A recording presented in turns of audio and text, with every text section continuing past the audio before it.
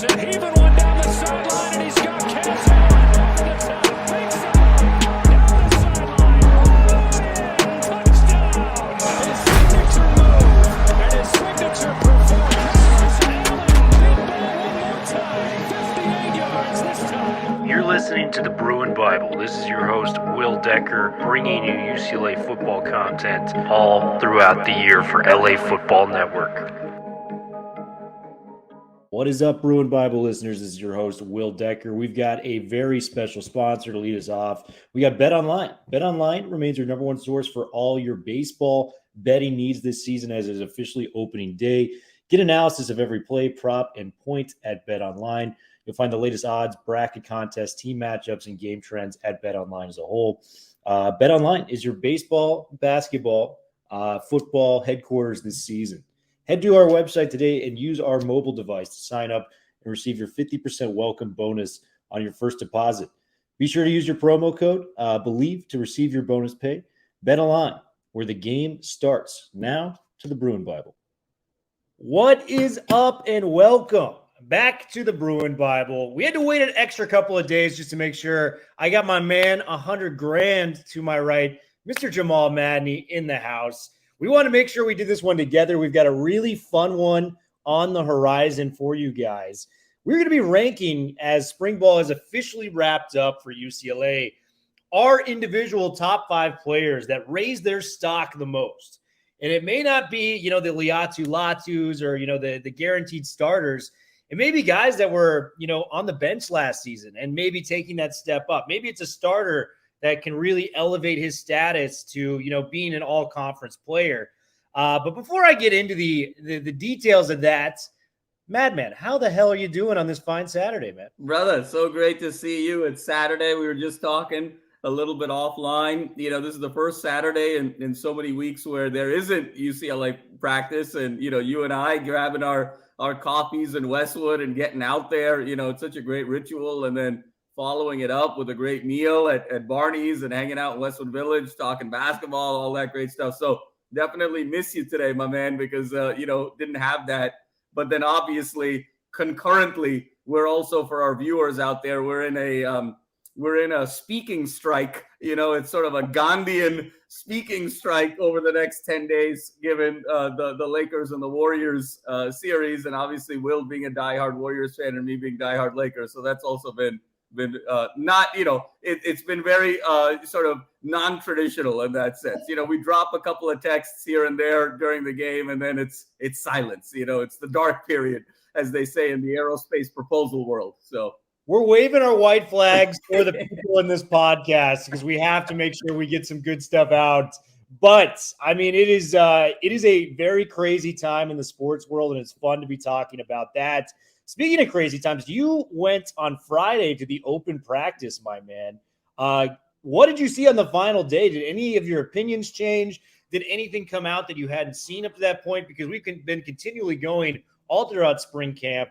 I was not able to attend the final week of practice. I've read some reports. I've read some things.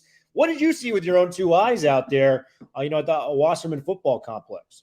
Well, it was a really interesting final practice because – obviously UCLA not having a traditional spring game along the lines of many other teams, you're really sort of locking in some different areas.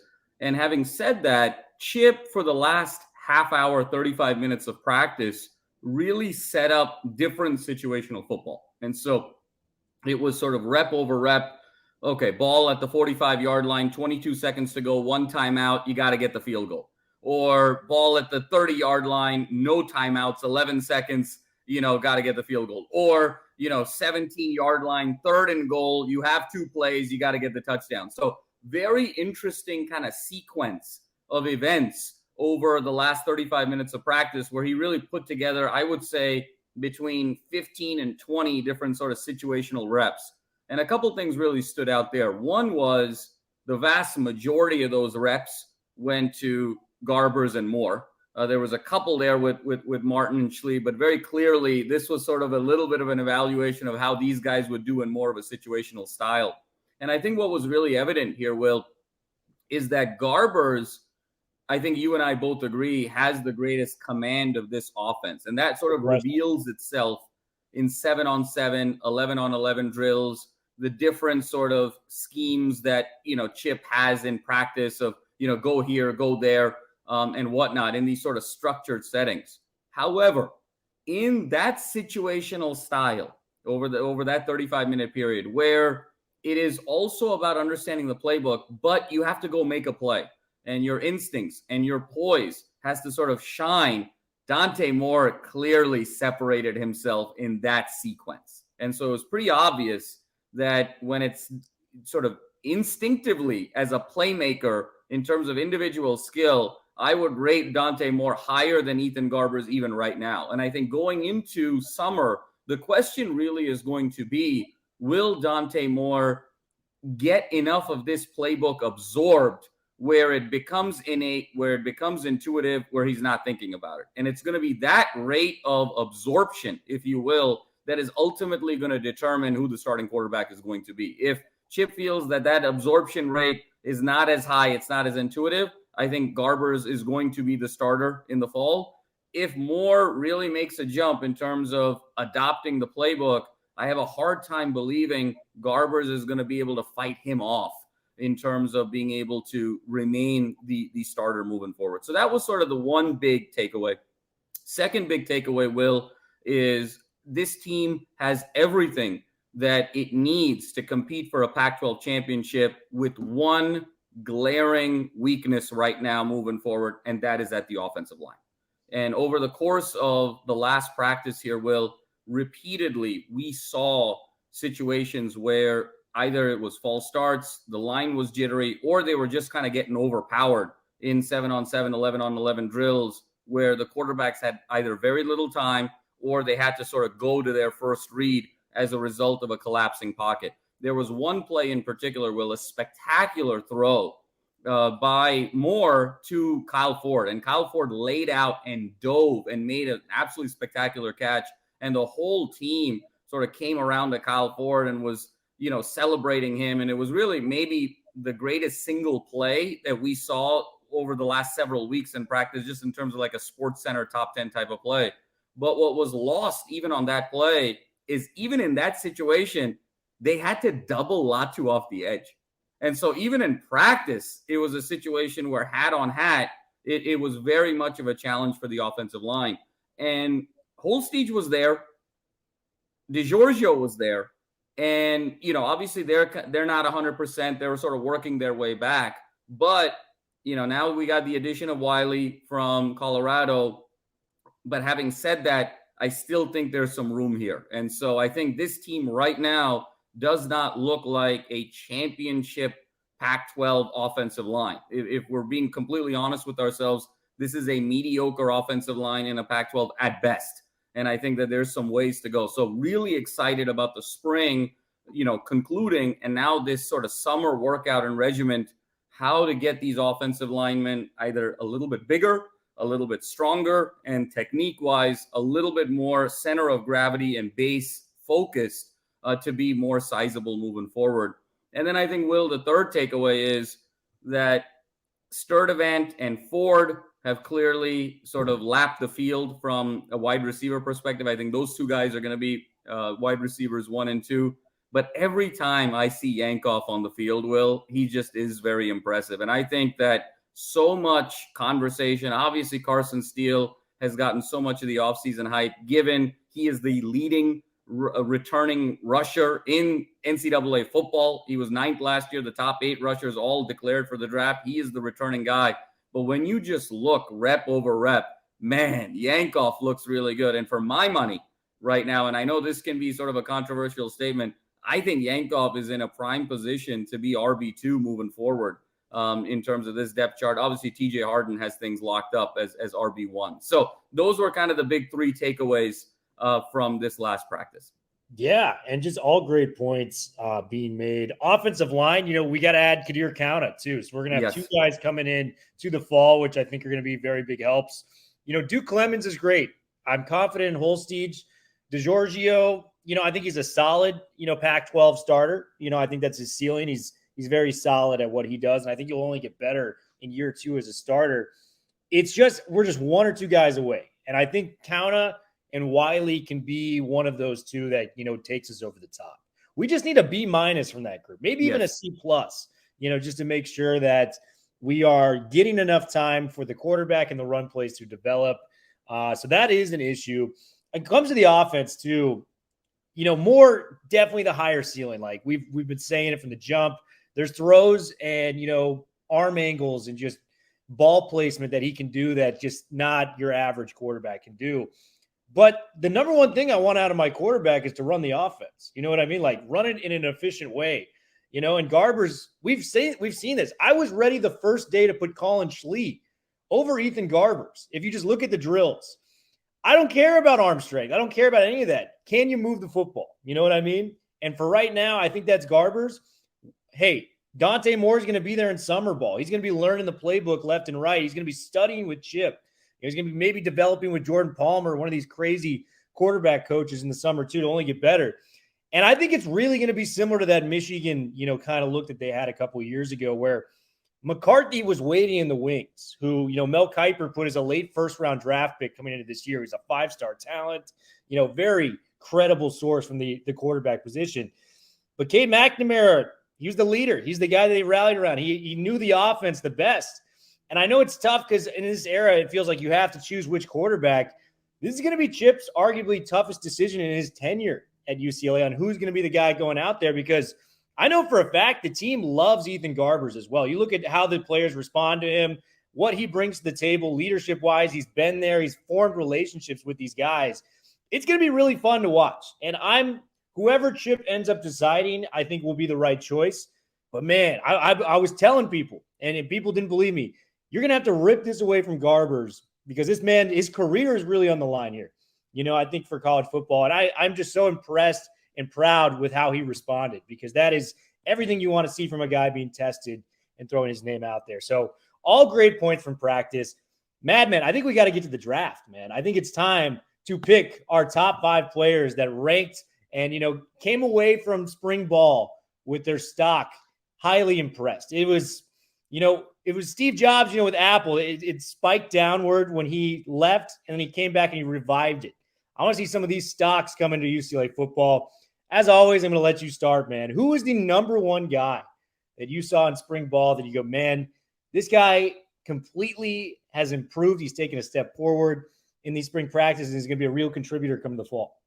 So, Will, we talked a lot about the wide receiver room, and I think Sturdivant, Ford, you can sort of slice this a number of different ways. I think Sturdivant is even better than we expected, coming out of, spring practice and whatnot, and in terms of what he was able to do. And I think that there is a very special third wide receiver here that I think a lot of people don't really understand yet. And he's going to make a big name for himself in the season. You're going to have Sturdivant as your deep guy. You're going to have Ford as your possession guy. And then there's going to be moments. And what I saw in spring, Will, it wasn't Cam Brown that stood out to me necessarily. It wasn't TMA that stood out to me necessarily. It wasn't Logan Loya that stood out to me necessarily. There was one guy, and he made some huge plays yesterday again, where you were sort of scratching your head and saying, this guy is going to be a stud, not just potentially this year, but for many years to come. And that's Braden Pagan. And he's going to be the guy for me. If I were to pick number one, who's the guy who's made the biggest jump coming into spring practice towards the end, it's Pagan. And when you look at his size, his ability to separate, and just the hands, he made a couple of, spectacular catches in practice yesterday again. And I think right now, if you were to end camp here and now and say, who's wide receiver 1, 2, and 3, I think it would go Sturdivant, Ford, and then Pagan. And I think that's an incredible spring that he's been able to put together. I just love what he brings. And I think that he fits really nicely in the things that Chip wants to do. I really see Chip this year as going back to more of a traditional offense for him. The last couple of years was very much bunched near the line of scrimmage, very tight end oriented. And I find it very interesting that this is the first year he really has true depth at wide receiver in terms of playmakers. And we saw less of the tight ends over the course of practice here, Will, over the last several weeks. There's more of an emphasis on the wide receivers.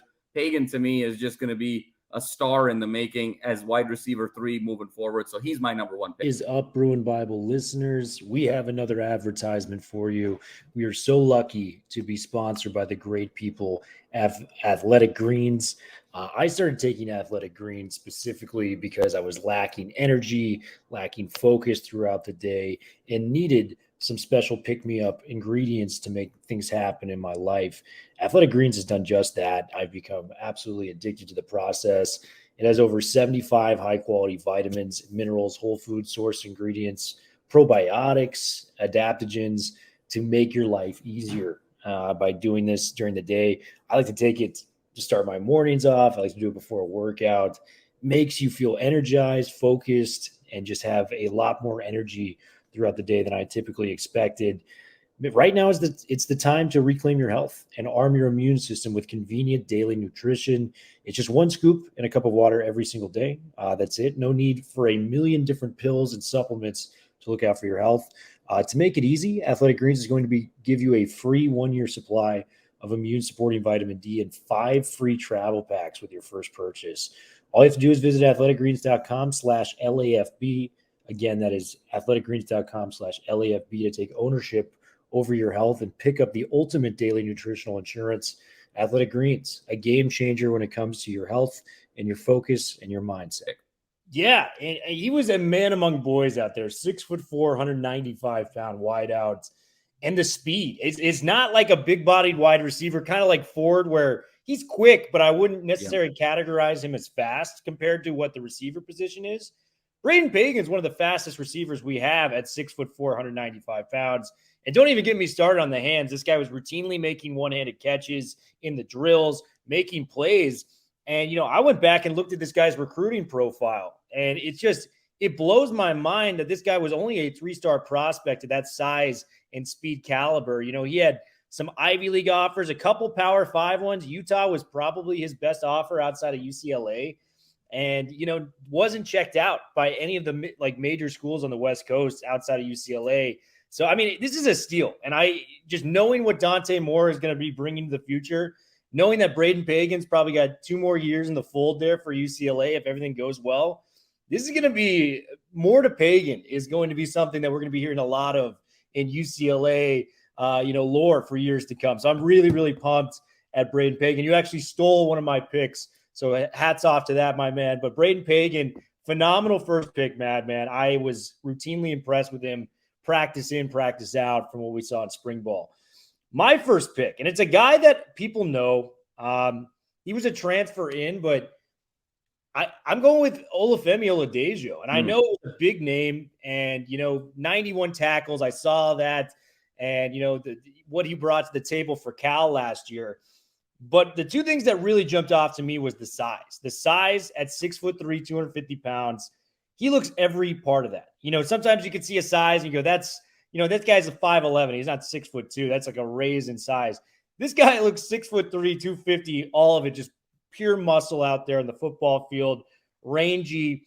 And he was, he was one of the vocal leaders on the defense from day one. He was making plays, blowing up, offensive segments from the offense for UCLA.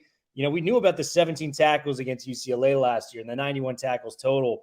But having that high of ceiling for a player at 6'3", 250, knowing that he probably is only going to get better under the tutelage of Ken Norton Jr., I had Olufemi Oladejo being a solid starter. I think by the time he leaves, knowing that he has the coaching and the talent to succeed, he might be the best linebacker on the West Coast, like west of Texas this year in college football. So, I was not expecting that from Olufemi Oladejo. And I think that, for me, puts him as my first selection in the draft just because his ceiling is so high and what he can do out on the football field, how fast he is at 6'3", 250, playing sideline to sideline. He can rush the passer. He can play pass coverage at 250. It's just a beautiful thing to watch. What do you think about Oladejo as the number 1 pick? I love it. Well, Oladejo was actually my second, so if it wasn't going to be Oladejo on your end, I was going to bring up, him in this regard. What's special about him, and it sort of revealed itself again on Friday, is you mentioned the 6'3", 250, the size, the speed, just sort of this athletic freakishness that he has. Obviously, DK Metcalf has been at practice the last couple of weeks. just seeing him sort of line up next to, just on the sideline, stand next to DK Metcalf, who by all indications is one of the great physical specimen in all of sports. And he sort of held his own physically, just, in terms of lining up. Zach Charbonnet was at practice yesterday, and he made Charbonnet look small. I mean, it was ridiculous in terms of the type of specimen he is. There are a couple of moments where he really stands out. And where he really stands out is on kind of secondary pressures. And so when, he'll drop back into coverage, and when he knows that the quarterback, he's got a great instinct for when the quarterback is either on his second read going to his third or his third read going to his fourth. And when he sort of senses that, his straight line speed to the quarterback is really staggering. Moasau is your more traditional inside backer who's going to have a nose to the ball once a running back or a receiver gets a touch and closes in that regard. Latu is your traditional, straight line pass rusher. Oladipo has this ability to be able to read the defense, read the situation of the quarterback, understand, okay, he's on plan C or plan D at this point. Now is the time as a secondary pressure to go close. And the way he's able to close, Will, it's absolutely staggering. I mean, athletically, I completely agree with you. He's probably the most athletic player on UCLA's front seven and on their entire defensive side of the ball. And we're going to be expecting huge things from him. I think he has the ability to be UCLA's most valuable defensive player this year, considering that the runner-up of Pac-12 Defensive Player of the Year is coming back. So couldn't agree with you more. It's that secondary pressure where he really stands out. And just the steps. It's almost like the NBA equivalent of Giannis. Giannis in 3.5 steps can go from half court to the rim with these long gazelle-like steps. Oladipo is like that. He just takes up so much ground with each step. In 3 or 4 steps, he's gone from 7 yards beyond the line of scrimmage to 5 yards, in a lost position to get to the quarterback. He can make up 12 yards in 3 steps. I mean, it's really staggering with Oladipo. Very excited about him moving forward. Yeah, I think he's a front runner for Bruce Feldman's freak list for this next year. I think he's going to be on that list. And, it's not like I didn't think this guy was going to be good, because I think a lot of this list is who raised their stock the most. You picked Pagan, who has yet to really catch a ball for UCLA at all, in an actual game. Oladipo, I just thought the gap between being a solid starter to maybe being like a day 2, day 3 draft pick, if everything goes right, I think that jump was so big for me personally that I had to put him on this list. So that was the number 1 pick. You're on pick number 2, man. Where are you going and why? So Thriller, I'm gonna be on pick 3 here because Oladipo was my pick 2. The 3 is, and we've mentioned this a lot. I can't not mention it and have this person right sort of in the heart of the draft, and it's Yankov. I mean, just the absolute just body transformation, Will. I mean, from day one was staggering. He's leaner. He is, meaner. I mean, it's unbelievable in terms of the way he's cut. So many people were talking about Carson Steele just being this sort of animal in the weight room, which he is, and he's an absolute specimen. You watch Yankov, stand next to Steele. I mean, it is a shred for shred, Mr. America type of a situation over here. Put some spandex on these guys and have them, walk across the runway as underwear models. I mean, it's insane, the body transformation with Yankov, and I just love his versatility. He still has those between the tackle instincts that you've seen, but now he has a lot more confidence, much in the way kind of Charbonnet style was. I'm going to start inside the box, and then once I get to that second level of the defense, I'm going to use my feet to get to the outside rather than traditionally try and get to the edge right away or set the edge right away. And Yankov is just showing that. He has this ability in that secondary part of the defense to go from inside the box to then beyond the hash marks with his feet. You've talked about the word burst so much with Yankov. I think that's just such an appropriate term to use for him. So he's maintained the power, but now I think as he's transformed his body, has been able to get the burst. And I think in terms of just comfort as a receiver, it's sort of him and Harden, so many running back drills were taking place over the last couple of weeks, particularly on the sideline. Guys, catching balls that were really high or balls that were low and behind them and making sure that they had 1 or 2 feet in. The 2 guys that just looked most comfortable catching the ball far and away from any other running back was Harden and Yankov. I mean, even Steele has to sort of stop sometimes. You can see there's a little bit of a hesitation from time to time. With Yankov, it's just so smooth. It's so seamless. And so whether it's running between the tackle, bouncing it to the outside, catching it out of the backfield, blocking, being in kind of a hybrid bunch formation like Chip used them last year as sort of even a pseudo tight end fullback.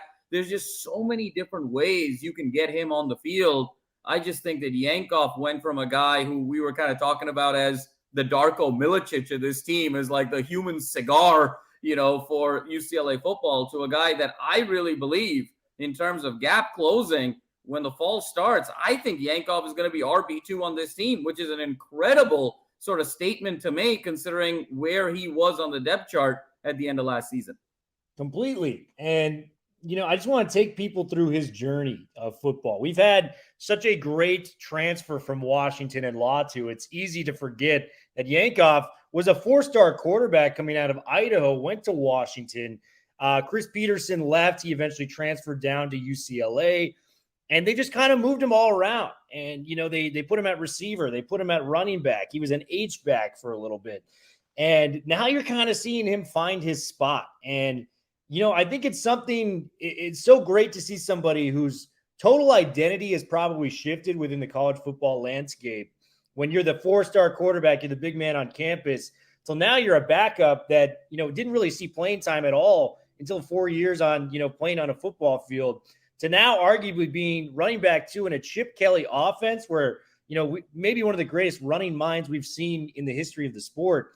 So Colson Yank, I just want to tip my cap to Yankov because it takes a stronger man than a lot of other people to do what he's done and, ride the different positional changes and find his path and stay at the same place at the same time. Because you ask any college football kid today, if it's not working out in one place, they're going to transfer to another one. And if it doesn't work out there, they're going to transfer to another one after that. So Colson Yankov, much respect, man. He's going to have a big 2023 for UCLA.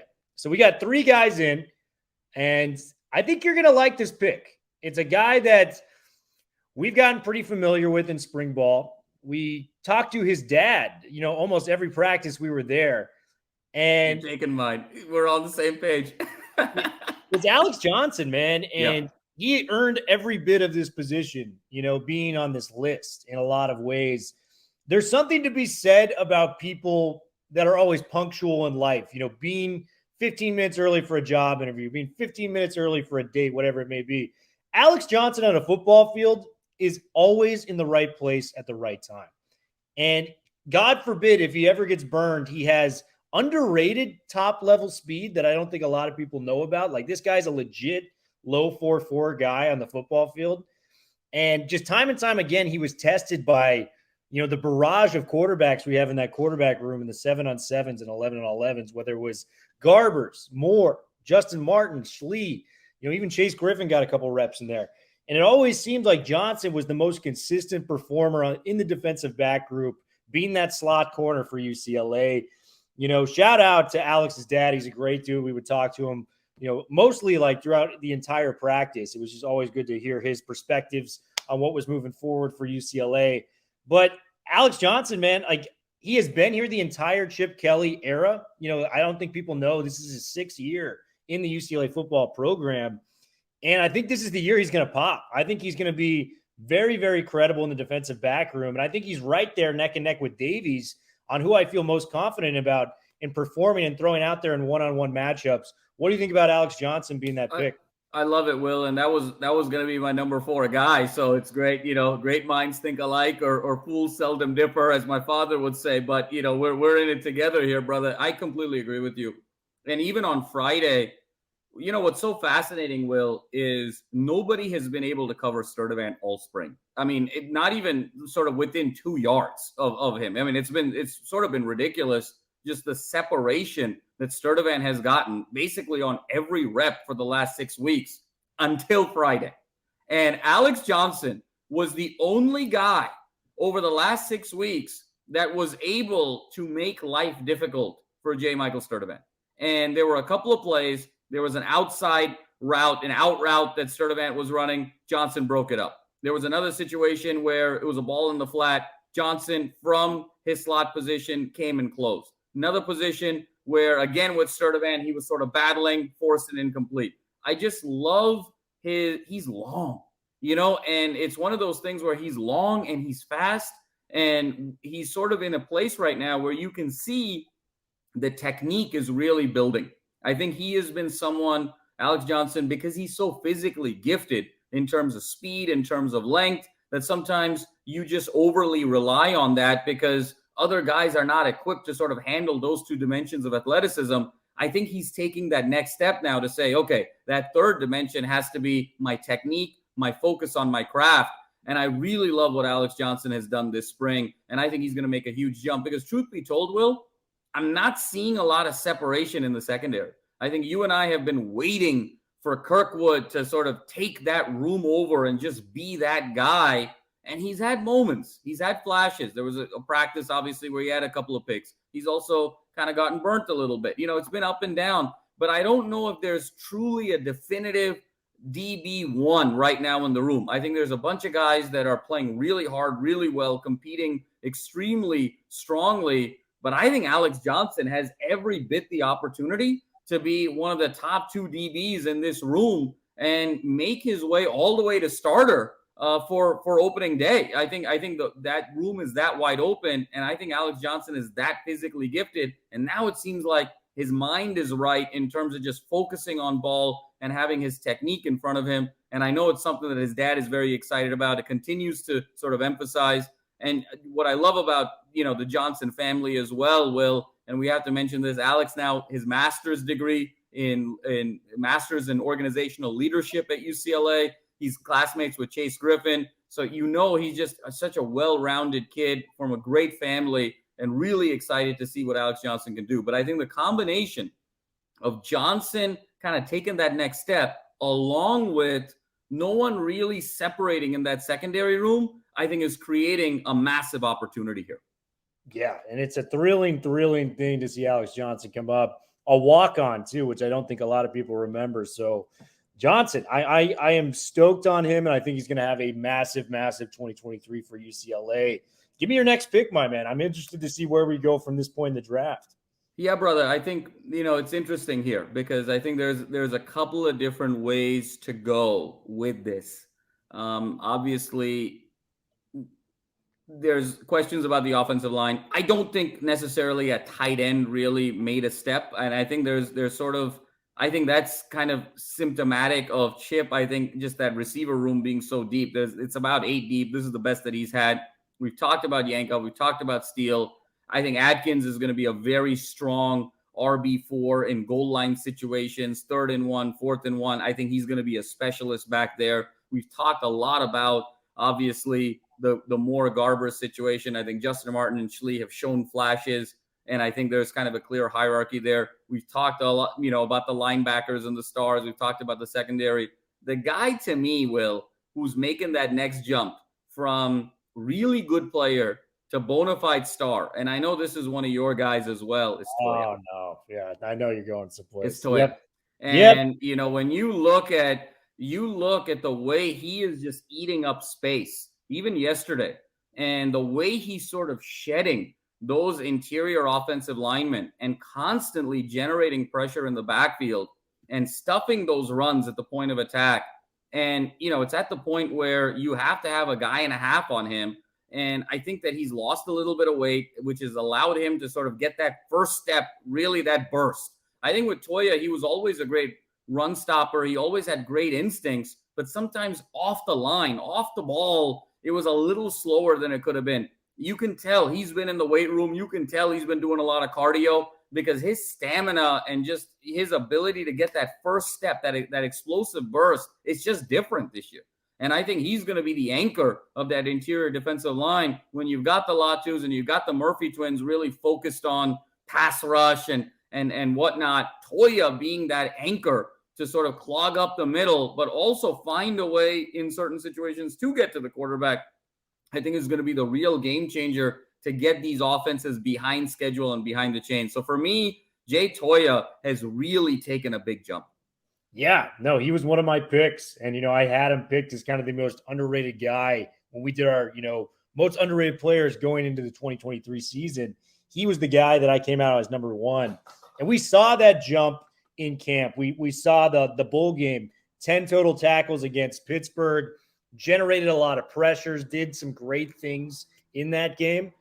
And throughout spring practice, the D-line kind of is the centerpiece in disruption for any offensive play. It starts with them, and then the rest of the defense follows, if you will.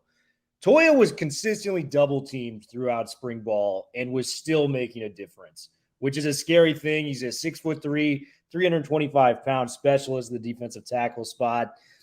I just think with him and a guy that just nearly missed my list, Keanu Williams, the Oregon transfer being there, this is the best interior we've had under Chip with these two talents. You know, Keanu Williams, a 4-star guy, Toya, a 4-star guy, and it's showing. These guys are eating it alive.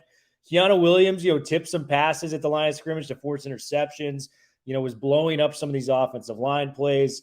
And, Toya's doing it against arguably the two best linemen for the majority of camp, whether it's Duke Clemens, a guy that's been a multi-year starter in the Pac-12 at center, and Spencer Holstege. I mean, they had their hands full with this guy. So it's not like he was going against a depleted area of the line. He was going up against the two bona fide studs, I would argue, for the UCLA line, and he was still balling out. So Jay Toya, that's a phenomenal pick.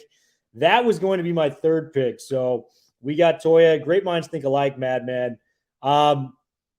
My pick, and it's a guy that we've talked about a lot, and we have very, very high hopes for. However, I think when Carson Steele transferred in, we were kind of like, okay, Carson Steele RB1, Harden RB2. Harden can maybe come in later. TJ Harden, for me, is RB1 without question. And I just was not expecting that jump to be so quick. We had tagged him as the next professional running back from the Deshaun Foster crew, from whether it be Joshua Kelly to Demetric Felton, Britton Brown, and our guy Charbonnet. And, TJ Harden, just how fast, how quick he is to get into those breaks and get to the outside is impressive. This guy averaged 7.4 yards a carry last year. I mean, that is nearly a first down every time he touches the ball. Last two games, 23 carries, 200 yards, and a touchdown. I mean, that's almost 9 yards a carry in its own right, that what he was doing there. So we saw how he finished the year. We saw how he's approached in spring ball.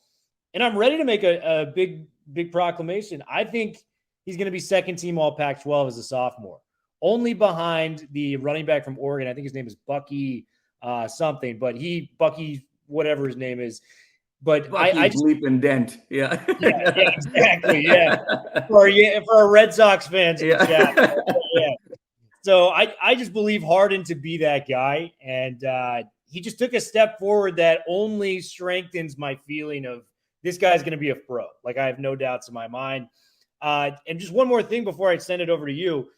It's always been Deshaun Foster has just been developing well-rounded running backs. Like Charbonnet, before he got to UCLA, had caught 14 balls in 2 years. Charbonnet was a big-bodied back. You don't necessarily think of him as a pass catcher. He got 61 passes his last 2 years on campus. And you see what he did with Demetric Felton, who caught 55 balls in a singular year for UCLA. It's the receiving game that separates some of these running backs in this room that make them elite. And Harden, I'm struggling to find a hole in his game right now because he is so well-rounded at such a young age. Give me your thoughts on TJ Harden, because I know we expect him to be great, but I thought with Steele coming in, we thought he might be a little bit behind him a little bit. I think he's clear and away RB number one.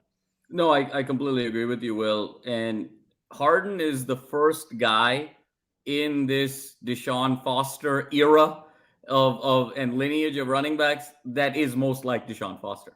And so when you talk about his style of play, where he sort of holds the ball placement is upright. His running style is upright.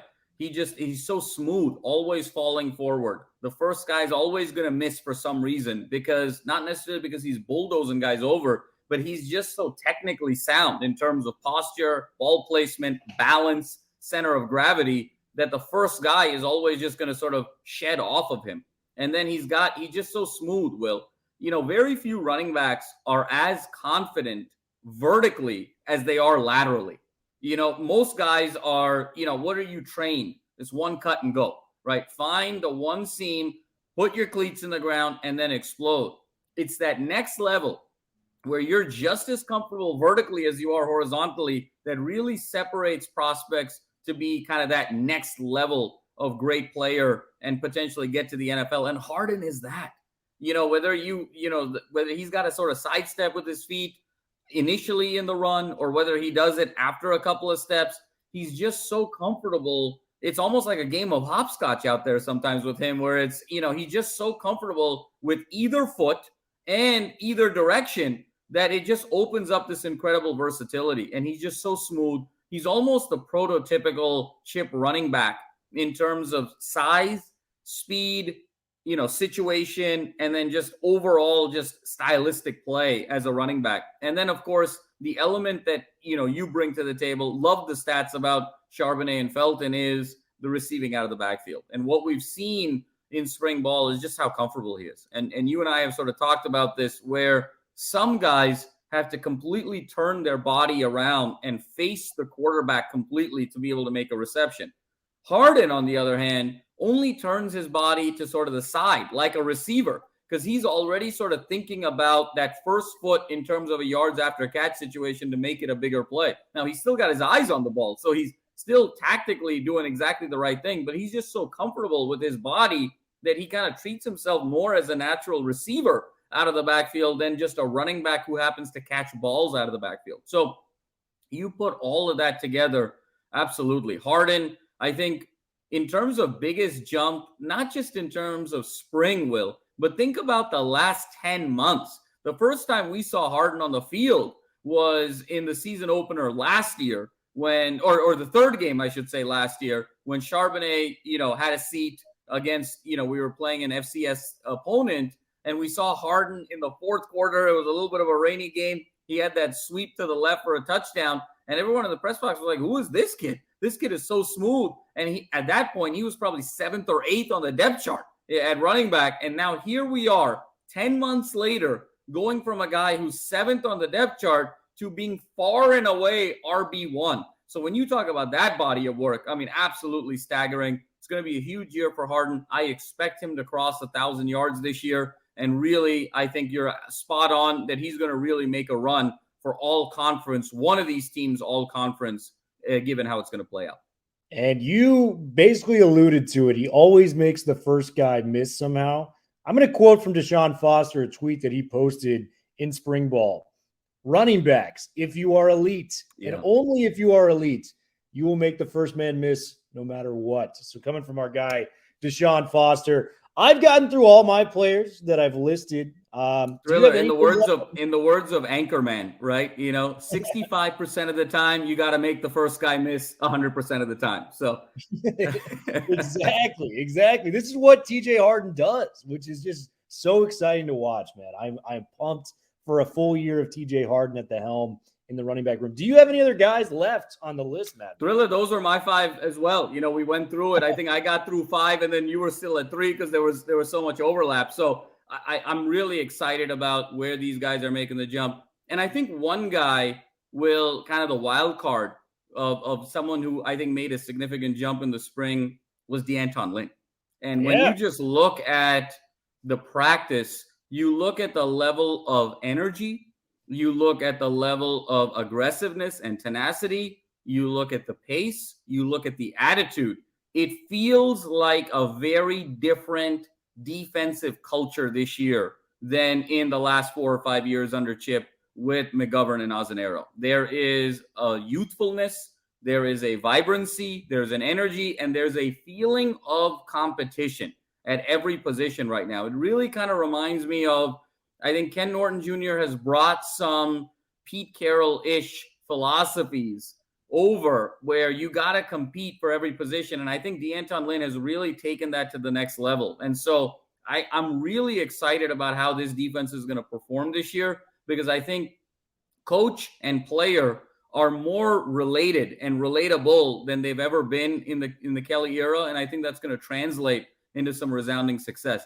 All the pieces are there, Will, on the defensive side. I mean, we've talked about guys who are elite at the interior line, as in terms of pass rush. We've talked about guys who are elite in terms of linebacker. We've talked about guys who are athletes in the secondary. I mean, all of the pieces are there for this team to really hold up defensively against the most elite of quarterbacks that the Pac-12 has really ever seen this year. So it's just a matter of now DeAnton Lynn and Kenny Norton Jr. sort of putting the right guys in the right situation, shoring up their rotations, but it's all there for the taking, and I think it's really exciting.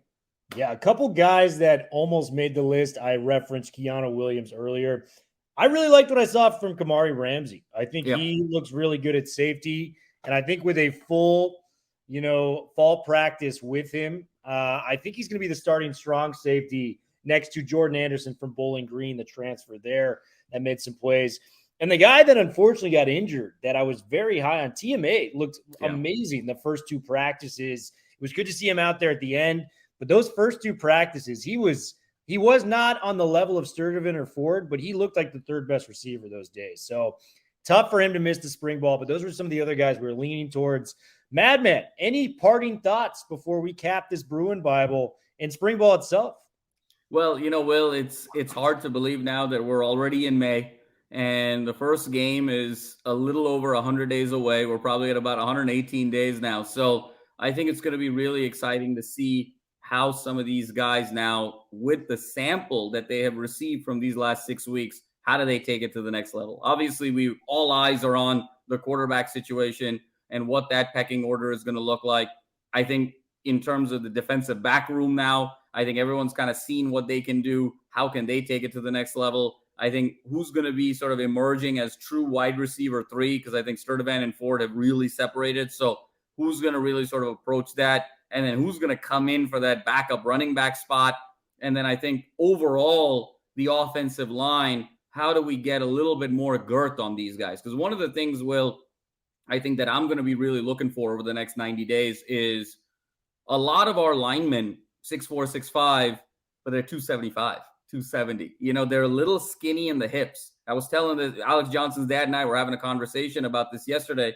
They're really skinny in the hips. And so that base becomes higher than you want it to be. And that's why they're getting sort of blown off the ball. So I'm really looking for that regiment, with Timmy D here about how to sort of, get these guys kind of lower center of gravity, lower technique. What are they going to do in the diet from a diet situation? What are they going to do in the weight room for each of these guys to maybe put on 5 to 7 pounds here to get a little bit more girth? So that's the real area. Because like you said, Will, we've said it, this team is just in a position from an offensive line standpoint to be able to open up the holes in the running game through that zone concept and just hold up enough in pass coverage and pass protection.